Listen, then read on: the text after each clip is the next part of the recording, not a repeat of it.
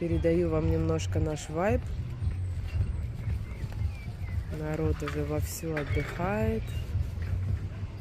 Хоть и май.